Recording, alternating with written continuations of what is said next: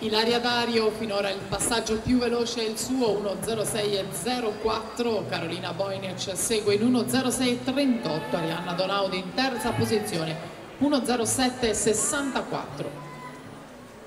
Per la seconda serie ci avviciniamo alla lista, alla vetta della classifica di iscrizione: Eleonora Casarotto in corsia 1 Città Sport Vicenza, in 2 Elisa Falzarella Nottoli, in corsia 3 Giorgia Mason Gabbiano, in 4 Laura Giacalone Gabbiano, Alice Uliana Nottoli Nuoto, in 5 Enrica Brendolin Leo Sport, in sesta corsia. Intanto prosegue il testa a testa fra Ilaria Dario e Carolina Bojnec, 1.41.23, 1.41.70, separate solo da una manciata di centesimi ai 150 metri.